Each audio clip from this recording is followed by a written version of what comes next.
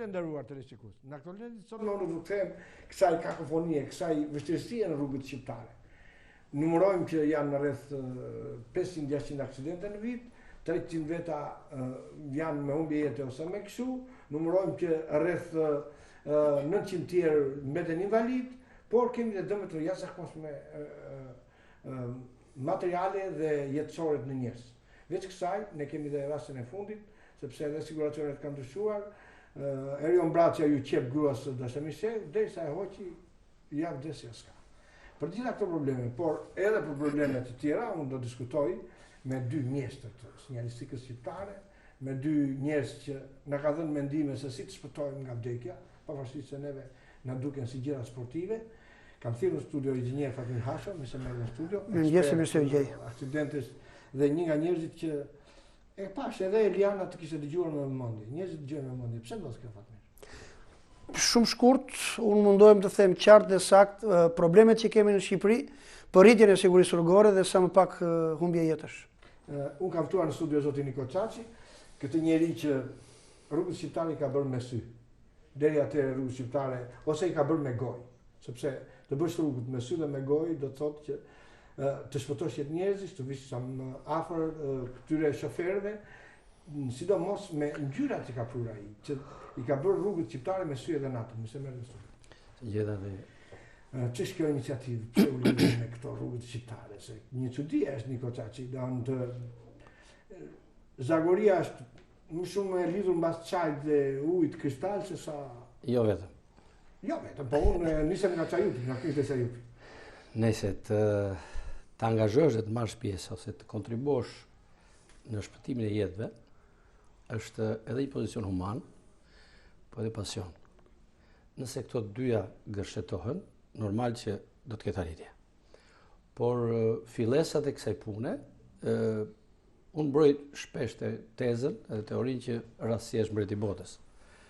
Por në këtë rastësi pastaj hyn ndërgjegjësimi, hyn pasioni, hyn ëndra, hyn qëllimi, janë shumë gjëra të cilat e bëjnë shumë më të përqendruar, e bëjnë shumë më të atraktive. Dhe them që pas kaq vitesh angazhim, them që e dashuroj shumë këtë punë dhe i kam edhe pasionin tim. Ti ke marrë qartë e familja, se ke angazhuar gjithë edhe djalin dhe këta që të merren me këtë punë, dhe kjo nuk është gjë e vogël. Është ndërgjegjësimi është gjë e madhe dhe kur ke arritje, kur ke rezultate, normal që fillon dhe të linë ajo ndjenjë krenarisë. Dhe nuk ka gjë më të mirë në çdo punë, në çdo realizim njeriu të ndjehet krenar. Po? Kjo të bën që gjithmonë të jesh në vëzhgim, gjithmonë të jesh në një motorizim, në një ritëm, në një dinamik, e cila gjithmonë duhet vej në një evolucion, duhet vej nga një nivel në një nivelin tjetër, mos ketë rënje. Dhe paka shumë me këtë lloj ndërgjegjësimi, me këtë lloj organizimi, unë ruaj këtë lloj tendence, ruaj këtë lloj mobilizimi. Inxhinier, mua më ka bërë përshtypje diçka, mua më duket sikur i kisha idenë absolute që policët rrugor janë heronj dhe janë dhe të depolitizuar. Kur kam parë pritjen dhe përcjelljen dhe dhuratat që dhuruan Samir Tahiri, mua më duket si organizat partije. Përse ndodh që në Shqipëri që edhe një institucion të depolitizuar, si policia rrugore, sepse policia rrugore në çdo vend të botës nuk besoj që të ketë lidhje me politikën, se ndalon ministrin atë. Pse ndodh këtu? Nuk doa të ndërpres, po vetë profesioni ime dhe angazhimi im në këto 25 vjet është pak jashtë politikës, e jo se s'duhet të përgjigjem, po në fakt nuk kam përgjigje për konstatimin tuaj, mbasi nuk është pjesa ime. Duhet plotësoja pak zotin Niko tek ajo angazhimi profesional, tek ai pasioni me të cilin e ka filluar këtë punë dhe ndihet sot mirë, se ka një të drejtë shumë të madhe. Dhe këtu dua ta përgëzoj live, pse? Të bësh sinjalistik rrugore në Shqipëri është domethënë si një njeriu t'i vendosësh syt mbas një verbërie shekullore. Ne erdhëm në një sistem, domethënë në vitin 1991, hym në një sistem ku makinat ishin një tabu, ishin të ndaluara dhe askush në Shqipëri nuk e dinte se ekzistonin rregulla të qarkullimit rrugor, me përjashtim të atyre pak drejtuesish mjetesh që ne dikur i qunim shofer. Dhe, ke parasysh vetë, një kulturë e mangët absolute, 99% e popullsisë nuk dinte se ç'ishte qarkullimi rrugor. E dyta, vim në një sistem ku çdo gjë u vendos dhe rrugët e reja kishin nevojë detyrimisht për sinjalistik. Nëse do të mungonte Niko Çaçi, këtu po ja them live, domethënë ne sot ende nuk do të njihnim tabelat. Niko me firmën e tij, mos e. Pra në këtë pikpamje, domethënë dhe unë kur e kam njëjtur këtë punë voluminoze sepse tabela ka pas gjithmonë, ose kanë qenë të shëmtuara, ose kanë qenë pas një lloj standardi. Dhe kjo duhet thënë. Sot i kemi me standard, po pak më vonë besoj se do të plotësojmë dhe ca gjëra, sepse jo kaq gjë është e bukur, është ndritshme sepse kemi shumë mangësi, por do të thoshja si fillim, që edhe për të hapur debatin. Pse kemi dy standarde mes firmash? Jo se kam Nikon përballë. Pse kemi dy lloj standardesh? Po të marrim rrugët nga Tirana e në veri dhe nga Tirana në jug ose në jug perëndim.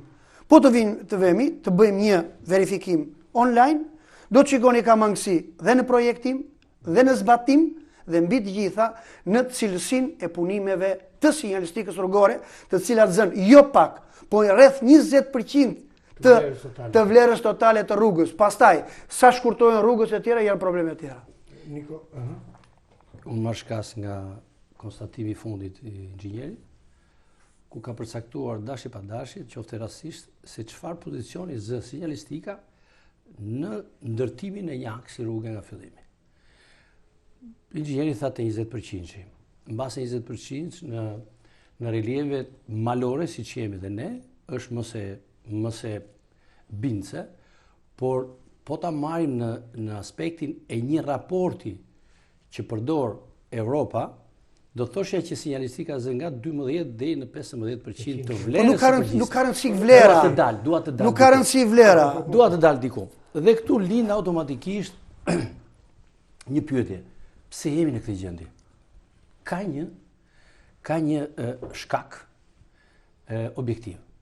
Jemi në këtë gjendje sepse nuk është marrë seriozisht historikisht sinjalistika në rrugë, e cila është e para që është, si thuash, shmangja më e madhe e aksidenteve në përdorimin e rrugës. Me atë çka është përdorur deri sot në to 20 vitet e fundit, në investimet që janë bërë në rrugë, mund të marrim një 5 miliard dollar investime totale. Nëse do të respektoj ky raport evropian, i bie që 10% apo 8% ta. E ulë shumë, Ta ul. E ulë shumë. Sepse do ishte 45 milion. Faktikisht në të gjitha të mbledhura së bashku nuk i kalon sinjalistika në këto investime 1%.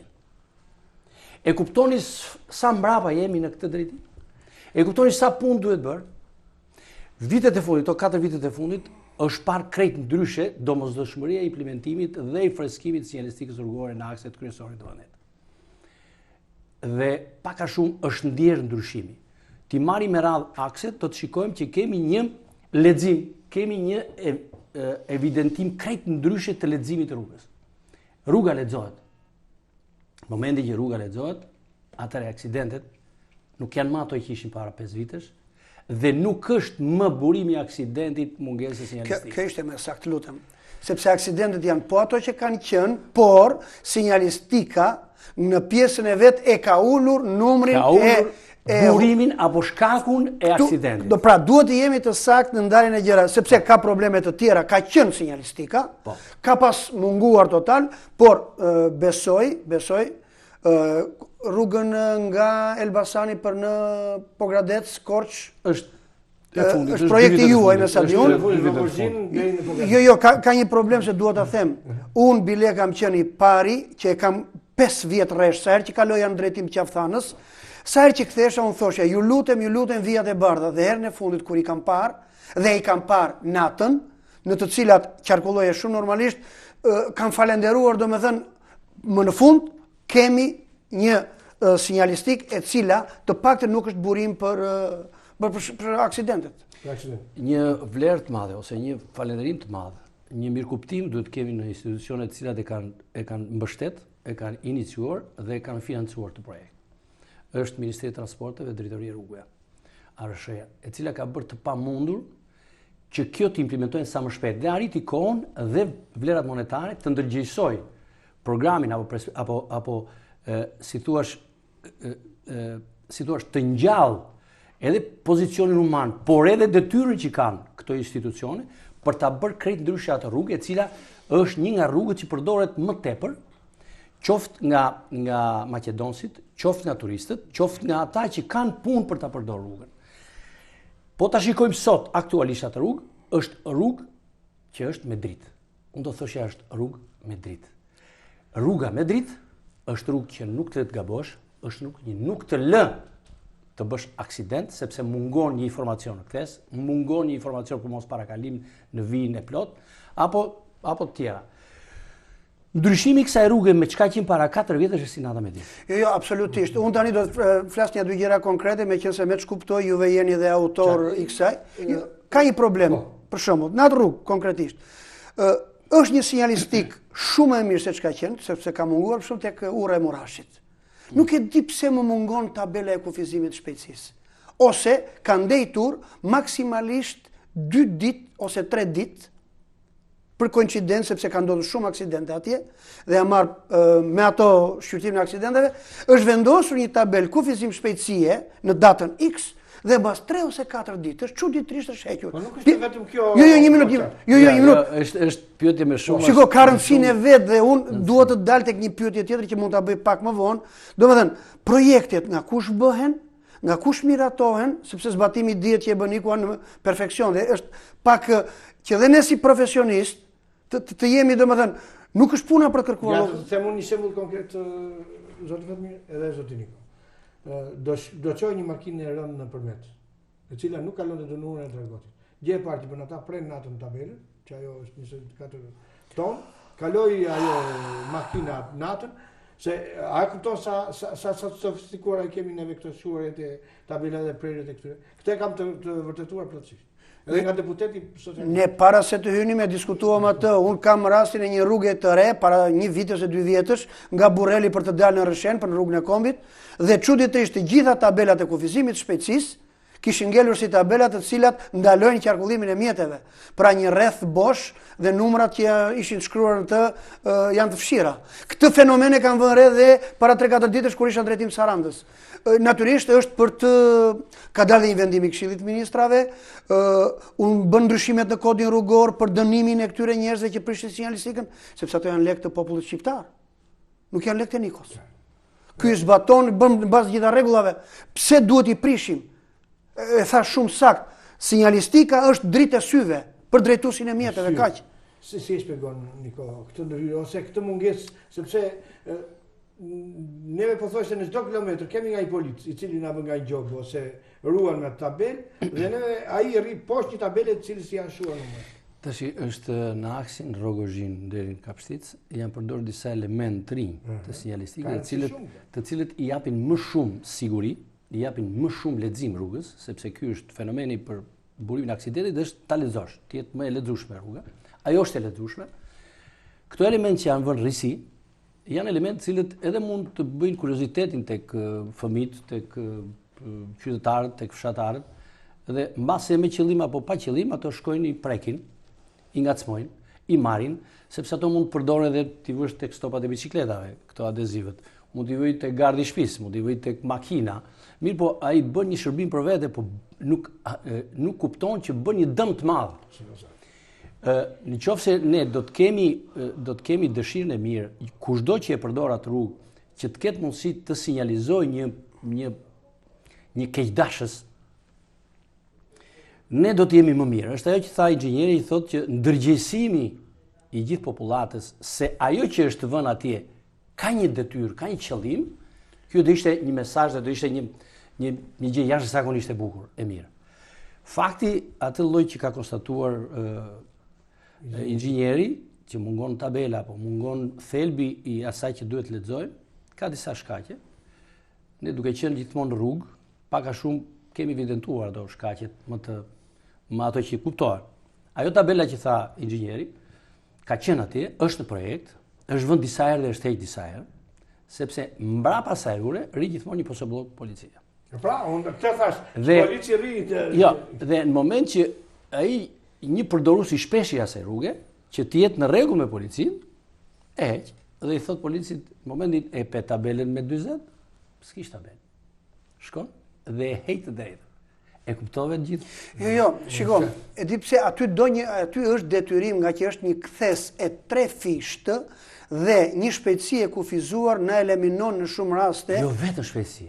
Aty janë parashikuar dhe shumë elemente. Ke 3 tabela. Vetëm tabela e kufizimit shpejtësisë mungon. Do të thënë, shiko, ose për shembull, ndalim parakalimi. Më ka pëlqyer nga Librazhdi deri në Prenjas, në të gjitha kthesat sidomos është sinjalistika e vendosur për natën, që tregon se jemi të bëjmë kthes. Ishte një shirit jeshil, do të thënë që je i detyruar ta pranosh. Do të thënë, është një lloj sinjalistike e vendosur në mënyrë të tillë, je i detyruar ta zbatosh dhe ta pranosh. Pra detyrimisht e heq këmbën nga gazi. Ti imponon. Qa problemi kemi ne pastaj? Problemi që kemi neve nuk e di, sepse ndoshta dhe ajo pjesa e parave që jepen të projekti, se Niko e uli shumë dhe mua nuk më vjen mirë, unë do të kisha qef kitariste atë vlerën, sepse boja për shembull që ne përdorim, e qatë cilësie duhet të jetë sidomos për vijat anësore kufizuese të Karexhatës, që her pas here u mbasin edhe për arsye të kalimit të njerëzve. Kalojnë për shumë me mjete që s'duhet të kalojnë. Sa rron boja me mirë? Këtu hym në një fushë më specifike, ka nga të gjitha llojet e bojrave. Problemi është çfarë duam ne. Para një viti është iniciuar projekti i Bankës Botërore për mirëmbajtjen e 1300 km rrugë në Republikën e Shqipërisë, e cila është tenderuar dhe është fituar nga 4 kompani shqiptare. Arsyeja pse është iniciuar është që të ketë një koncept krejt ndryshe nga ajo që ka qenë dhe është implementuar deri tani. Duke qenë se këto kompani duhet ta mirëmbajnë këto 1300 km për 5 vjet, dhe ato të jenë brenda standardeve që kërkohet, atëherë ndryshon koncepti. Atëherë do të jenë vetë kompanitë të interesuar të gjejnë bojën më të mirë. Bojën më të mirë që ta bëjnë një herë 5 vjet. Që të vënë tabelën më të mirë, që të rezistoj 10 vjet, që të vënë tubin më të mirë, që të vënë barierën më të mirë, që të vënë të kujdesen për ujëmblesat në mënyrë më të mirë, që të kenë grupe kontrolli më të mirë, që të vënë monitorim në rrugë që mos viden. Pra, që këtu ndryshon totalisht mënyra se si do ta mirëmbajnë rrugën. Dhe ne do të shikojmë pas 2 vjetësh që do të ketë një ndryshim total të kësaj që shohim sot. Nëse sot kemi shpresë sepse janë të detyruar, janë të gjitha në kontratë, janë të gjitha në kushtet, në specifikime teknike, është i detyruar kompania të respektojë. Këtu do të më falësh vetëm një sekondë. Këtu do të filloj inspektimi profesional i inxhinierit. Apo të gjithë inxhinierëve, apo të gjithë specialistëve që kanë një titull, që kanë akses, që kanë një certifikim për të evidentuar këtë lloj respektimi, këtë lloj implementimi. Shumë faleminderit për një ekspozë të mrekullueshme, por duke pas dhe gazetari që është gjithmonë i ftohtë në këto, je i sigurt se zbatohen të gjitha në Shqipëri, sepse ne i kemi ndoshta ligjet më të mira në Europë, po zbatueshmëria është jo më e keqja, po 1 milion e di ku duhet dalë. Më pëlqeu shumë dhe logjika shumë e drejtë. Një njeri profesionist i cili do të bëjë një punë të mirë, që të mos e përsërisi disa herë, do të zgjedhë materialin më të mirë, do vëri profesionistin më të mirë dhe do ta kontrollojë në mënyrën më të mirë të mundshme që të zbatohet. Jam okay, po problemi tek ne qëndron sepse ne e fituam atë tenderin dhe pretendojmë tani sa lek do fitojmë. Nuk mendojmë sa do harxojmë. Unë kam pak merak. Do të ndërhyja do të thoshë. E kisha vetëm si konstatues. Nuk duhet paragjikojmë njëri. Jo. Por do të thosha që sugjerimet edhe nga ana ime edhe atyre që kontribojnë në këtë fushë është që boja më e mirë, të vemi tek pyetja që bëret në fillim. Boja më e mirë për të qëndruar në kohë është boja bikomponente, është epokside, bikomponente. Pra, po të marrim një historik të përdorimit të bojrave në botë, në fillim ka qenë alkidikja, pastaj erdhi akrilikja, pastaj erdhi termoplastikja, tani është bikomponentja. Pra, në raport, ato marrin nga tregu në përqindje të ndryshme me kohën, sepse implementohet dhe duket rezultati. Po normal ka ndryshime, nuk diskutohet. Jemi tek bikomponentja. Të gjitha projektet që janë bërë të mirëmbajtjes Për kohën para 3 vjetësh janë bërë me termoplastike, sepse termoplastike është boja që t'jep më tepër mundësi kantieri. E bën, ecën dhe ajo fillon funksionimin e saj. Boja që reziston në kohë, që vë 7 vjetë është bikomponentja. Por këtu vjen pyetja, a do përdoret kjo bojë? Dhe a ka shtrat për të përdorur? Kjo është gjë teknike. Në rrugët aktuale të Shqipërisë, në këto kilometrat që do të merren në mirëmbajtje, gjendja e rrugës, përqindja e ziftit, granulacioni, niveli, e gjitha, nuk janë në atë nivel që mund të pranojnë bikomponentën. Është problemi te ne, shiko, tek ne puna jon, imja dhe Nikos është çdo faqe që të hap 1000 faqe të tjera, sepse ne problematika kur bëhet një rrugë, fillojnë që nga shtresat që do të ketë kjo rrugë. A respektojnë? Që nga shtresat, të llojit e materialeve të shtresave. Pse janë katandisur në gjendjen për të ardhur keq? Korsia e Krahut Djath, Tiranë, Durrës, Lushnjë. Nuk respektojnë. Pse? Për aks. Korsia e Krahut Djath, pse? Pse? Dhe kush po merret me këtë punë? Ne po na ndodhin aksidente për atë punë. Unë po vazhdoj të them, o njerëz me makinat që i keni të shpejta, nga Lushnja deri në Fier, ju lutem mos rini Korsinë e Djath. Bëj gabim të rëndë, sepse kodi rrugor na thotë që duhet rim krah Djath dhe ku rruga është e lirë. Por unë i them kujdes sepse do të dalësh jashtë rruge. Pra, janë njëra mbas tjetrës dhe profesioni, sqarime teknike që më bën Nikua, mua më pëlqejnë shumë sepse më duket sikur jam në ëndër, të rëse do realizohen. Po ku? Në cilin terren? Dhe këtu fillon. Ne do të shikojmë pas 3 vjetësh, një krejt ndryshe unë jam i bindur që do ta shikojmë, sepse mënyra se si e ka ndërtuar Banka Botërore atë lloj investimi që bën, e fut në shumë hallka dhe janë shumë hallka që duhen respektuar. Janë shumë specialistë që duhet të japin okejin, janë shumë specialistë që duhet të evidentojnë, janë shumë specialistë që duhet të thonë kjo bën, kjo s'bën, unë të hedh firmën dhe firma ka përgjegjësi. Pra deri më sot mund të hedhte firmën dhe s'kish përgjegjësi. Po ne sot e më mbrapa është shumë e rëndësishme ai që do marr përsipër një gjë të tjetër. Si do t'ja bëjmë rrugës nga Tirana deri në Vlorë? Për arsye sepse neve nuk hap do televizorin, ditë për ditë dëgjojmë aksidente. Shiko, këtu vim në një pjesë që unë e thash pak më përpara. Sinjalistika, e cila ka një ndryshim kolosal këto 4 vjet e fundit, me investime direkte dhe investime të cilësisë shumë të lartë. Sapse i tham, problemi më i madh që kemi ne sot me aksidentet është një ndërgjegja e drejtuesve të mjeteve, përdorim alkooli, paragalimet gabuara, tejkalimi shpejtësie. Por mos harrojmë një fakt të cilin na Ragoja, këmbësorët i kemi komplet jashtë loje. Nuk e kupton ose nuk e ndjen detyrimin që duhet të zbatoj rregullat e qarkullimit rrugor si çdo subjekt tjetër që është i kodit rrugor. Dhe kjo është kultura. Kultura. Po ku fillon kultura?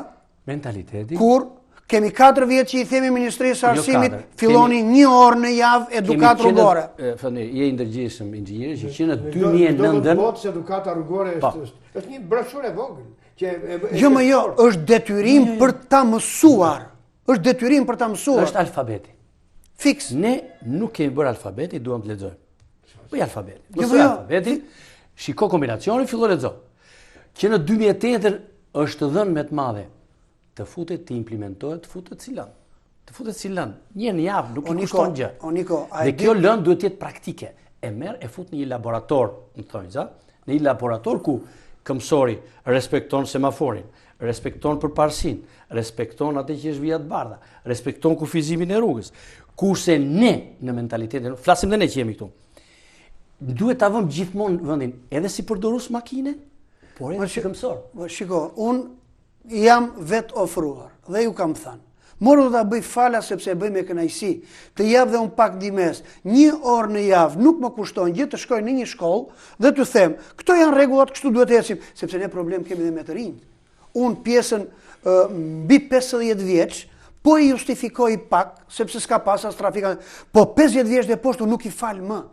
Sepse të jesh për ditë në këtë qarkullim dhe të mos mësosh kush është semafori kuqe, kush është jeshil, të mos dish se si janë vijat e bardha, në këtë rast, një parantez, duhet të falenderoj firmën e Nikos për ndihmën e jashtëzakonshme për vijat e bardha të specifikuara me ngjyra të ndryshme në këtë periudhë. Pse janë bërë shumë për Tiranë po flas. Jo, nuk është puna aty. Shiko, u bën më të qarta, kam dhe se ti e di që nuk i lë dot vërejtjet. Nuk është faji juaj, sepse është faji i bashkisë, e cila duhet i bënde projektimet e vijave të bardha, jo në çdo kryqëzim duhet të ketë vija të bardha në 4 anë të kryqëzimit. Ua kam thënë, rregulli duhet të jetë vetëm në 2 pjesë me qëllim që të shmangen aksidentet rrugore. Ka shumë pika, por nuk është vendi tani, por ajo punë është e mirë, shumë e bukur dhe evidentuar. Çdo njeri kur i shikon, domethënë sepse ato vijat e bardha dikurshme humbisnin vende bile edhe kur i shkruajmë. Ndërsa këto janë të dukshme të mira dhe do të ishte mirë të t'i lanin në punëtorët e bashkisë. Të flisja 2 gjëra për këtë që çka po bëhen në Tiranë. Tirana është një koncept krejt i ndryshëm nga çka qenë më përpara. Pra në Tiranë, me iniciativën dhe të kryetarit dhe të gjithë specialistëve dhe të gjithë zyrave përkatëse, i është dhënë një rëndësi përparësi këmbësorit. Është respektuar këmbësori. Dhe ka ardhur nga pyetja, si mund ta respektojnë këmbësorin? Dhe këmbësori është respektuar këtu në këtë konstatim që ka thënë inxhinieri, në vendosjen e vijave të bardha për të drejtën e këmbësorit dhe kufizimin e të gjithë udhkryqit me kangjella jeshile që nuk e lejon këmbësorin të bëjë zgjedhje tjetër përveç asaj që është e disiplinuar. Kjo është shumë e rëndësishme. Ky është një ndryshim koncepti, një iniciativë e re që ne e shohim ditë për ditë dhe janë aksidentet me këmbësor Tiranë janë reduktuar. Nuk është se janë zhdukur, do zhduken sepse ka akoma vend, po janë reduktuar jashtëzakonisht shumë. Vendosja e kangjellave që e detyron në mënyrë disiplinore të shkojnë në vijat e bardha është edukat. Pra, bashkia nuk e ka filluar nga shkollat, e ka filluar nga gjëra konkrete. Këto më mbrapa do të bëjnë shembull, do thënë ja, në këtë vend. Deri në vitin 2015 janë bërë kaq aksidente tani s'ka. Pra këto lloj statistikash do të vinë më mbrapa, po do të jenë produkt i një investimi me shumë finesë brenda kodit. Kjo është të kodifikosh Tiranën dhe të respektosh këmbësorin. Janë vënë parkimet në Tiranë, të cilat s'duam ne kemi shmangur ose ka shmangur bashkia gjithë kaosin që bën në Tiranë, është disiplinuar kaosi. Tashmë nuk del tjetër se më përpara dilte me makinë, linte atje, pinte kafe për 200 metra, tregonte që ka makinë të bukur. Tani vendosja e takses në ta detyron që ai mos rri më gjatë se do të paguaj. Dhe detyrimisht lëvizja është jetë, lëvizja është zhvillim. Por e paguajmë neve që s'kemi mundësi të paguajmë edhe të alëm që jemi në punë në makinë. Po, si do s'dihet? Nuk përdoret makina, përdoret bicikleta, përdoret autobusi, them unë, është një koncept, është një tendencë jashtëzakonisht. Me qenë se domethënë më vjen mirë kjo që e lavdëruat e punë e bashkisë dhe duket atje, po kisha një pyetje direkte ndonjëherë do të bëjnë këto vijat e ndarjes korsive në UNAZ sepse për mua mungojnë totalisht. Ka një program, ka një projekt. Cila? UNAZ-re. Shiko, UNAZ e re do vetëm një zgjidhje ose do një studim të vogël vetëm për kohën e semaforëve, cila për mua ende nuk i ka ardhur koha ndoshta, ose ata po e studiojnë dhe do vi momenti kur t'i rregullojnë, sepse ka vende që nuk është rregulluar në mënyrë të njëpasnjëshme, për shembull në botë është e çuditshme, kur është një rrugë si punë UNAZ-së së re, e cila ka 4-5 semafor, në momentin që hapet i pari, është llogaritur koha në mënyrë të tillë dhe me shpejtësinë e lëvizjes që t'i gjesh të gjitha të hapur me qëllim që të rrjedhë. Te neve kjo nuk ndodh, por unë pretendoj se do të jetë në një të ardhme të afërt, besoj, mund të rregullohet. Jo, harmonizimi semaforme pak a shumë ka nisur dhe funksionon. Problemi është kur i vjen radha dhe ma merr mendja që ajo UNAZ ka një trajtim ndryshe. Do të trajtohet ndryshe me mbikalime, që do t'i japi rëndësi aksit kryesor që të rrjedh, sepse rrjedhja është ajo që të rregullon edhe të për shembull, nëse ju do jepni ndonjë lajm të mirë që rreth rrotullimi i ish doganës ose zogut zi do bëhet me ndonjë nën kalim ose me bikalim, do të ishte një gjë e mrekullueshme. Do ishte gjë e bukur. Pengon shumë, sidomos rreth rrotullimit doganës pengon shumë. Të dy mjeshtrat të kësaj pune, përse nuk insistuan shoqatat juve dhe tjerë që qendra e Tiranës të kishte nën kalim?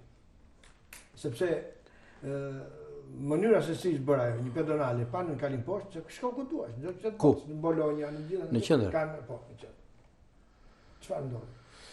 Ato janë projekte cilat në nënkalim për mjetet? Për mjetet. Të futet e banga ditë më ta. Po jo, pretendohet që UNAS e vogël do ta zgjidhë problemin.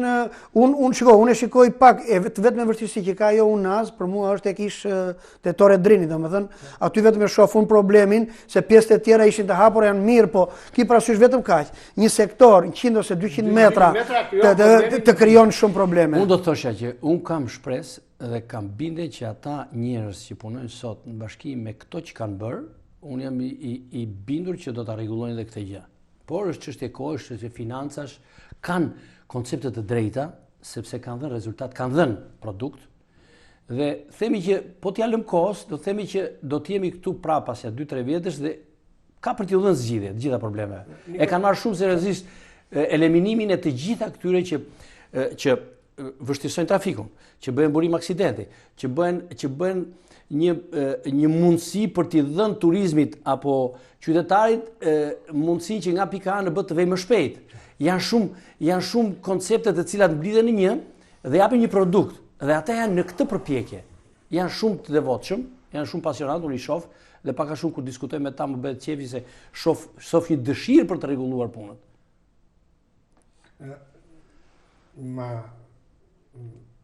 Për ta mbyllur dhe këtë intervistë nderuar inxhinier, cila është perspektiva? Do të ulen aksidentet rrugore? Ose si shikon ti? Se je eksperti që s'ke lënë rrugë të Shqipërisë pa e matur? Shiko, ulja e numrit të aksidenteve, i thash dhe pak më para se cilat janë shkaqet kryesore, në qoftë se nuk do të fillojë ndërgjegjësimi i mësorëve dhe drejtuesve të mjeteve. Për mos shkeljen e rregullat të qarkullimit rrugor, nuk ulen asnjëherë. Ne kemi problem këtë. Dhe do vazhdojmë ta kemi problem. Nuk zgjidhet as me rritje gjobash, as e gjë. Këtu duhet filloj edukimi në shkolla që të jetë e qartë se unë jam pjesë e kodit rrugor dhe duhet zbatoj rregullat dhe drejtuesit e mjeteve duhet të bëhen sa më të qetë në të ngarët e makinës, sepse sidomos sot shkak kryesor janë bërë parakalimet e gabuara të humbjes së jetës së njerëzve. Por duke përshëndetur dhe Nikon pra sinjalistik të mrekullueshme, autoriteti rrugor duhet të ketë më shumë vëmendje për akset rrugore ku kanë pasur më shumë probleme. Duhet të vazhdoj. Kaq. Niko, se ke ide se çfarë do ndodh tendenca themi që e kësaj kosto njerëzore, se kjo si luftë. Të bëj një parantez, them. Emisionet të tilla për sinjalistikën apo ruajtjen e jetës së njerëzve nuk ekzistonin 2002 deri në 2005. Dhe thonë, aty ku ka arritje, ka vend për diskutim. Pra, ne kemi ardhur në një nivel që ja vlen të diskutojmë për detaje, se gjërat masive diskutohen, shifen, merren vendim, rregullohen. Janë rregulluar shumë gjëra. Tani jemi në finesa, kemi ndërtuar një pallat të 6 katësh. Kemi ndërtuar kabinan shumë bukur. Më fal. I kemi bërë gjitha dhe tani themi, po sikur kjo tjetë çu do ishte më bukur. Pra kemi bërë një 80% të punëve në akset kryesore, dhe është një 20% që janë finesa, janë ndërhyrje të cilat koha apo intensiteti i lëvizjes ka treguar që nuk duhet trajtuar kështu, po duhet trajtuar ndryshe. Apo vendosja e vendeve me rëndësi industriale apo turistike i ka dhënë më akses rrugës për të përdorur, po që nuk është për llogaritur para 5 vjetësh.